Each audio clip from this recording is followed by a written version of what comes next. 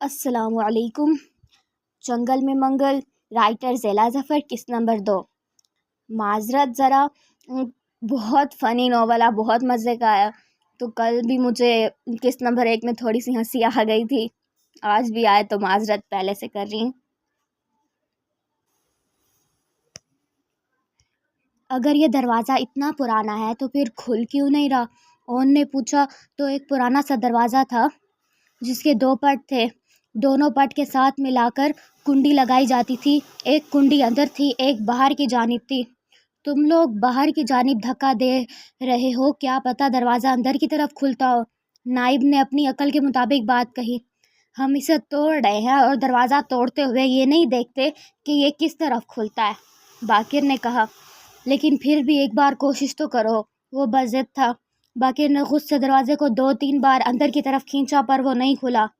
کیا ہوا، کھلا دروازہ؟ ہاں۔ باقر نے دروازے کو پھر سے جھٹکا دیا تو وہ کھل گیا۔ یہ تو کھل گیا، سب نے حیرت سے اسے دروازے کو دیکھ رہے تھے۔ لگتا ہے دروازے کو تالا نہیں لگایا گیا ہے، برہان نے دروازے کا جائزہ لیتے ہوئے کہا۔ دروازے کی تفتیش کرنے کی بجائے یہاں سے بھاگو، لڑکی نے سخت خوف سے کہا۔ ہماری خیر ہے، پر تم کہاں جاؤ گی؟ باقر نے پوچھا۔ کیا مطلب کہاں جاؤ گی؟ جہاں تم سب جاؤ گے وہیں۔ ہم تو تمہیں اپنے ساتھ نہیں لے کر جا رہے، بلکہ تم یہیں رکو، ہم دروازہ باہر سے بند کر دیتے ہیں، نائب نے مزے سے کہا تو لڑکی کی شکل رونے والی ہو گئی۔ میں تو تمہاری بہنوں جیسی ہوں نا، تم ایسا کیسے کرو گے میرے ساتھ؟ کیسے بھائی ہو تم؟ اس نے جذباتی بلیک میلنگ کی اور وہ واقعی جذباتی ہو گیا۔ نہیں میری بہن، تم نے سوچ بھی کیسے لیا کہ میں تمہیں اکیلا چھوڑ جاؤں گا؟ فکر نہ کرو بہن، تمہارا بھائی ابھی زندہ ہے، اس نے بھرائے ہوئے لہجے میں کہا۔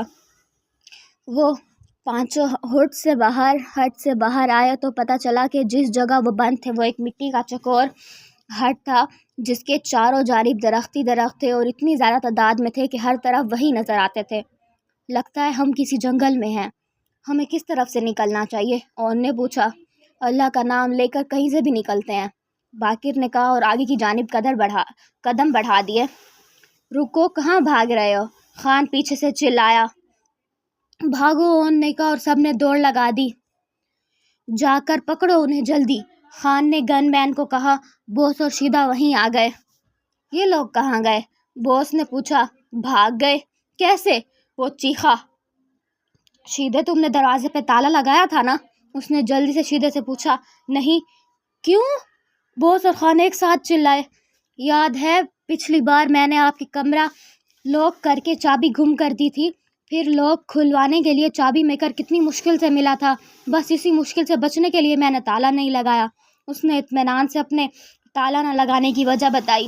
نکمے نالائق، دفع ہو جاؤ یہاں سے فوراً، دفع ہو جاؤ۔ بوس دل پہ ہاتھ رکھ چلا رہا تھا۔ بوس آپ فکر نہیں کریں، اس جنگل کے راستے بہت مشکل ہیں، وہ یہاں سے کہیں نہیں جا سکتے۔ خان نے اسے تسلی دی اور اسے کندھوں سے تھام کر گاڑی کے پاس لے جانے لگا، لیکن وہ پلٹ کے شیدے کے پاس آیا۔ تم غور سے میری بات سنو، آج کے بعد کوئی بھی کام مجھ سے پوچھے بنا نہیں کرو گے، سمجھ گئے؟ کوئی کام مجھ سے پوچھے بغیر نہیں کرو گے۔ بوس دھاڑا تو اس نے اسبات میں سر ہلا دیا۔ وہ اندھیرے میں آہستہ آہستہ قدم بڑھا رہی تھی، جو کھیت دن کی روشنی میں خوبصورت لگ رہے تھے وہ رات کی تاریکی میں خوفناک لگ رہے تھے۔ وہ دل ہی دل میں دعائیں پڑھتی کوئی محفوظ جگہ تلاش کر رہی تھی، جب ہی اسے محسوس ہوا کوئی اس کا پیچھا کر رہا ہے۔ اس نے مڑ کر دیکھا تو 2 ہیولے اپنی جانب بڑھتے دکھائی دیے۔ اس نے اپنے قدموں کی رفتار تیز کر دی تو پیچھے آنے والوں نے بھی اپنی رفتار بڑھا دی۔ اب تو اسے پکا یقین ہو گیا تھا کہ وہ دونوں اس کا ہی پیچھا کر رہے ہیں۔ اس نے بھاگنا شروع کر دیا۔ آگے جا کے اسے رکنا پڑا کیونکہ گاؤں ختم ہو چکا تھا اور سامنے سے جنگل شروع ہو رہا تھا، گہرا اور تاریک جنگل۔ جہاں پر گاؤں کا اختتام ہوتا ہے وہاں سے جنگل شروع ہوتا ہے۔ اس جنگل میں شیر اور چیتے تو نہیں، پر بھیڑیے، ریچھ اور مگرمچھ جیسے خوفناک جانور موجود ہیں۔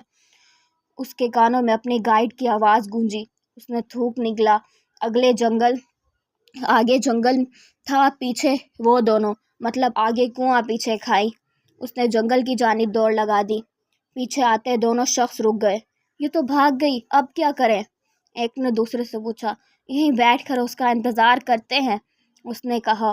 ان دونوں نے مزید 1 گھنٹے وہیں انتظار کیا، جب وہ نہیں آئی تو وہ چلے گئے۔ साहिब, आप लोग जिस लड़की की तलाश कर रहे थे वो हमें मिली थी। हमने उसे रोकने की कोशिश की पर वो जंगल की तरफ भाग गई। इनमें से एक शख्स ने प्रोफेसर से कहा, अब क्या होगा, वो जंगल तो बहुत ख़तरनाक है। वो परेशान हो गए। दरअसल बस के चलने के 20 मिनट बाद फ़िज़ा को एहसास हुआ कि रचना बस में नहीं है, तो उसने शोर मचा दिया। सर ने गाड़ी वापस मुड़वा ली और वहीं ले आए जहाँ से चले थे, मगर वो उन्हें ना मिली। तो उन लोगों ने उसकी तलाश शुरू कर दी, यहाँ तक कि गांव वालों को भी कह दिया कि कोई इत्तला मिले तो फ़ौरन बताएं। ये दोनों आदमी खेतों से काम करके वापस आ रहे थे। जब उन्होंने उसे देखा तो वो उसे रोकना चाहते थे पर वो भाग गई। इधर कॉलेज में वालिदैन पहले ही सरापा एहतजाज थे कि वक्त गुजर जाने के बाद भी उनके बच्चे वापस क्यों नहीं आए। अब जब उन्हें पता चला कि एक लड़की लापता हो गई है तो वो मज़ीद मुश्ताल हो गए, और इससे पहले कि बात मीडिया तक पहुंचती, कॉलेज प्रिंसिपल ने वापस आने का कह दिया। प्रोफेसर ने एक दिन का वक्त मांगा कि वो रचना को ढूंढ लेंगे, मगर उन्होंने सख्ती से मना कर दिया कि एक लड़की की खातिर वो कॉलेज की साख को नुकसान नहीं पहुंचा सकते, लिहाजा उन्हें ना चाहते हुए भी वापस जाना पड़ा। बस कर दे ओन, वो नहीं आ रहे हमारे पीछे। बाकिर ने उसे लटारा तो वो पिछले आधे घंटे में 125 मरतबा पीछे मुड़कर देख चुका था। क्या करूं यार, मुझे तसल्ली नहीं हो रही, बेचारगी से कहते हुए उसने 126 मरतबा फिर पीछे देखा। तसल्ली का तो पता नहीं, पर इस मुस्तकिल मुशक्क़त से तेरी गर्दन ज़रूर टूट जाएगी। बुरहान ने उसकी गर्दन पकड़कर सीधी करते हुए कहा। मुबादा कहीं उसकी गर्दन सच में ही ना नीचे गिर जाए। यहीं बैठ जाते हैं क्योंकि मुझसे अब चला नहीं जा रहा, उस लड़की ने कहकर एक दरख्त से टेक लगा ली और वहीं बैठ गई। हाँ यार, मैं भी थक गया हूँ। नाइब ने भी अपनी मुँह बोली बहन की तायीद की और सब आसपास के दरख्तों से टेक लगाकर एक दायरे की सूरत में बैठ गए। तुमने अपने बारे में कुछ नहीं बताया, बाकिर ने इंतहाई शराफत से लड़की से पूछा। मेरा नाम दुआ है, BBA की स्टूडेंट हूँ। मेरे फादर अफान सदीकी शहर के सबसे बड़ी कॉस्मेटिक्स कंपनी के ओनर हैं। उसने अपना तारुफ करवाया तो वो लोग हैरत की ज़्यादती से कंग हो गए। तुम अफान अंकल की बेटी हो? वो तो मेरे बाबा के फ्रेंड हैं। सबसे पहले बाकिर ही सख्ते से बाहर आया। अच्छा, क्या करते हो तुम? उसने पूछा। मेरी कंपनी गाड़ियों के स्पेयर पार्ट्स की डीलिंग करती है। पहले ये बिज़नेस मेरे बाबा का था, फिर उन्होंने मेरे हैंड ओवर कर दिया। ये तीनों मेरे बचपन के दोस्त हैं और मेरे साथ पार्टनरशिप पे बिज़नेस कर रहे हैं। बाकिर ने अपना तफसीली तारुफ करवाया। अब मेरी बारी। मेरे बाबा DIG हैं और ममा सोशल वर्कर। मेरा एक ही भाई है और बहन कोई नहीं है। और क्यों ये है ना तुम्हारी बहन? उनने उसकी बात काटते हुए दुआ की तरफ इशारा किया। अभी तुम्हारा तारुफ करवाऊं? नाइब को उसका बोलना बिल्कुल ना भाया। मैं बताता हूँ। ओन को नाम भूलने की बीमारी है, कभी कभार तो ये अपना नाम भी भूल जाता है। और ये चश्मा जो उसने पहन रखा है, ये उसके साथ क्लास 8 से है। ना ये चश्मा उसे छोड़ता है, ना ये उस चश्मे को। बुरहान से अपना तारुफ सुनकर उसने अपना मुंह बना लिया, जबकि दुआ हंसती। तुम्हारे पेरेंट्स क्या करते हैं? उसने बुरहान से पूछा तो एक लम्हे को खामोश हो गया। मेरे पेरेंट्स की डेथ हो चुकी है और मैं अपनी दादी के साथ रहता हूँ, उसने मुस्कुराते हुए कहा। उसके वालिद ज़मींदार थे।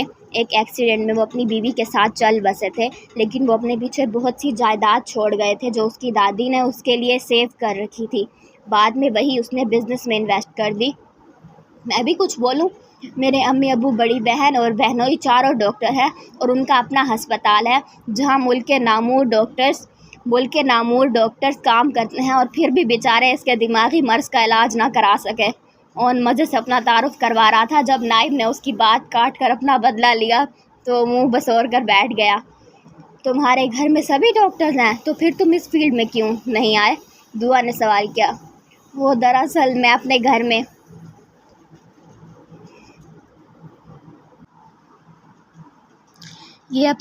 वाहिद गैर इंसानी मखलूक पैदा हो गया है। एक मरतबा फिर बाकिर के जानिब से उसकी बात उचक ली गई थी।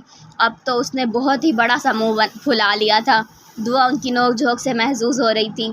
बस एक बार ओन ने नाइब की बात काटी थी, अब कोई भी उसे बात मुकम्मल करने नहीं दे रहा था। वो लोग हंसी मजाक कर रहे थे, इस बात से अनजान कि पीछे झाड़ियों में से कोई चेहरे पर शैतानी मुस्कुराहट सजाए उन्हीं को देख रहा था।